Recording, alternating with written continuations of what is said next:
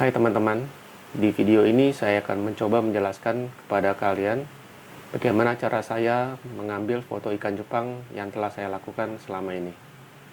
Ya. Foto ikan cupang yang saya suka adalah backgroundnya yang tidak hitam pekat ya, karena selama ini saya lihat karya teman-teman yang lain, background ikan itu hitam pekat semua ya. Jadi saya mau coba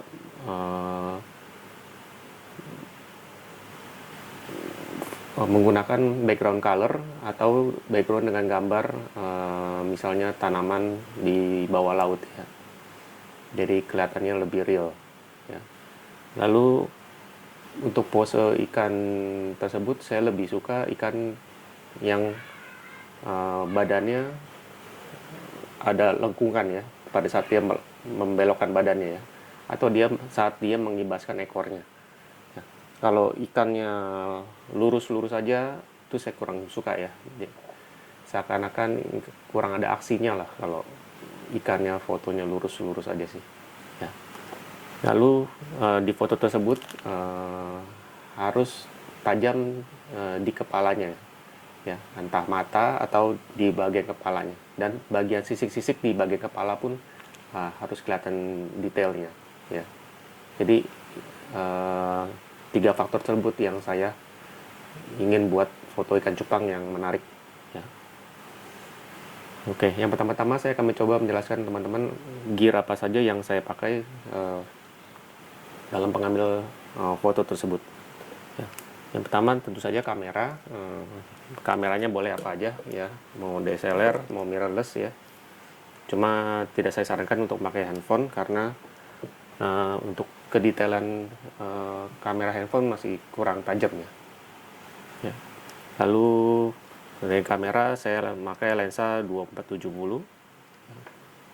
Kalau teman-teman ada lensa makro mungkin lebih baik lagi ya. Cuman pakai lensa kit pun sudah cukup ya. Lalu tripod ya, sangat diperlukan. Lalu untuk lightingnya saya menggunakan flash.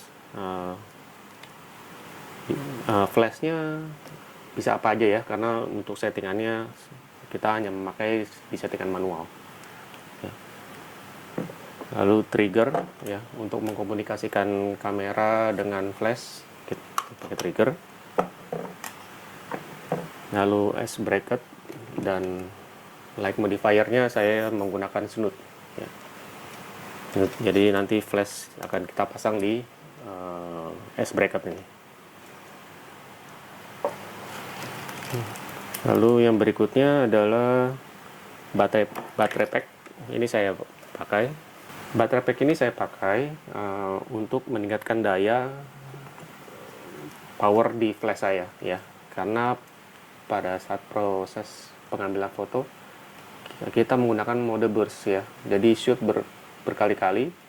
Nah, oleh karena itu saya memerlukan baterai pack ini untuk terus mengisi power baterai yang ada di flash ya.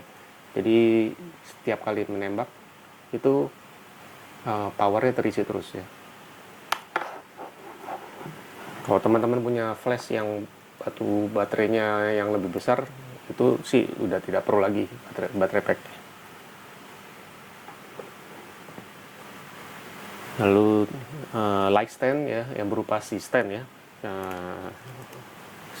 C-stand itu membuat lighting bisa kita posisikan dari atas ke bawah tegak lurus ya. Kalau light stand standar dia tidak bisa tegak lurus ya, pasti ada sudut kemiringan. Lalu kertas origami sebagai background berwarna ya. Jadi ini saya gunakan sebagai background. Biasanya saya pakai yang kontras dengan warna ikan ya. Apabila ikannya warnanya biru, maka saya biasanya menggunakan background warna kuning atau warna merah gitu ya. Atau juga bisa menggunakan gambar tumbuhan laut yang saya pasang di tab saya ya. Misalnya seperti ini ya, saya sudah kumpulkan beberapa gambar gambar bawah laut ya, bisa kita gunakan untuk background di akuarium ikan cupang ya. Oke, yang berikutnya saya akan menjelaskan bagaimana cara setting di kamera ya. Untuk settingan exposure saya pasang di mode manual ya, dengan speednya 1/100, f-nya saya pasang di f10 ya. Lalu untuk ISO-nya saya pasang di ISO 800 ya. Ini kenapa ISO-nya tinggi ya, ISO tinggi ini saya pakai supaya pada saat kita melakukan foto kita tidak perlu menggunakan power yang kuat ya, karena takutnya power yang lightingnya begitu kuat akan mencederai ikan ya. Jadi dengan ISO 800 saya cukup menggunakan power flash ini sekitar 1/64 ya. Paling terang sih 1/16 sih udah cukup terang ya. Oke, lalu settingan berikutnya untuk white balance saya pasang di sekitar 5500 ya, dan mode burst ya, jadi kita fotonya bisa banyak. Lalu untuk titik fokus saya menggunakan continuous focus dengan satu titik fokus ya. Jadi saya selalu mengikuti kepala ikan tersebut kemana dia berenang, saya tepatkan di satu titik fokus ya. Jadi saya selalu mengikuti fokus ikan tersebut ya. Begitu saya kira-kira ikannya akan membelokkan badannya, baru saya akan tekan shutter.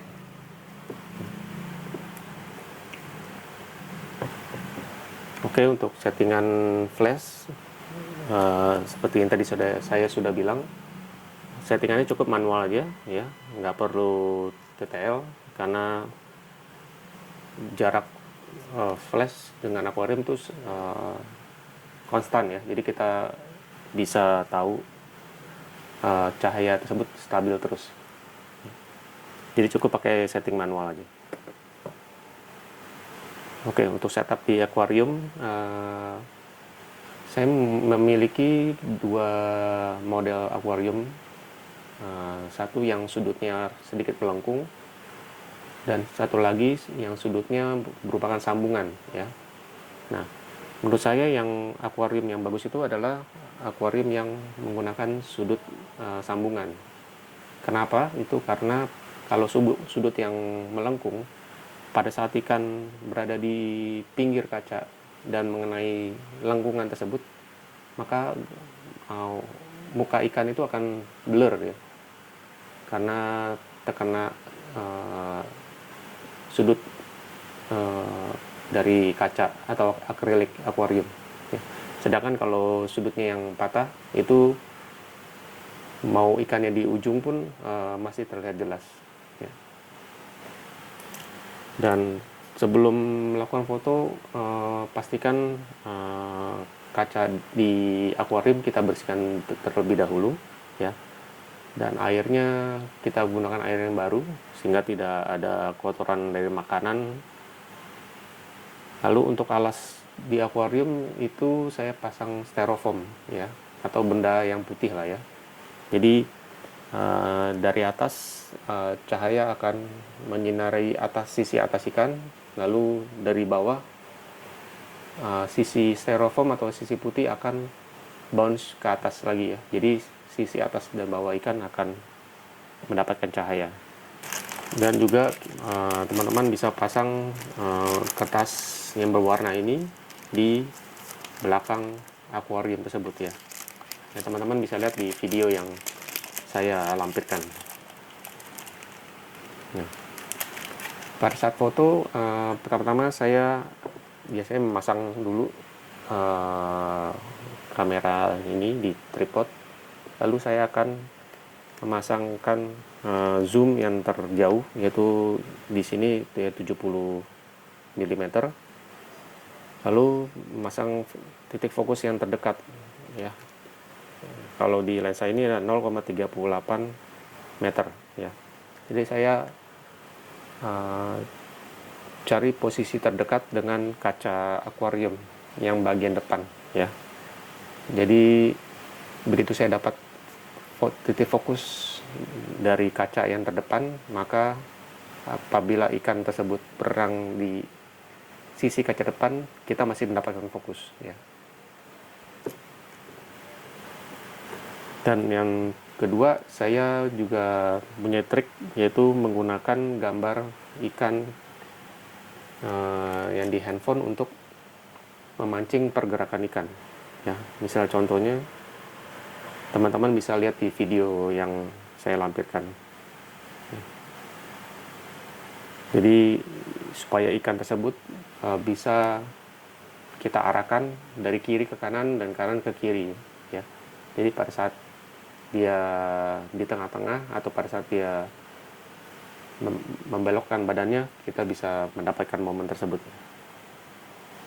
Ya, kira-kira demikian video ini saya buat.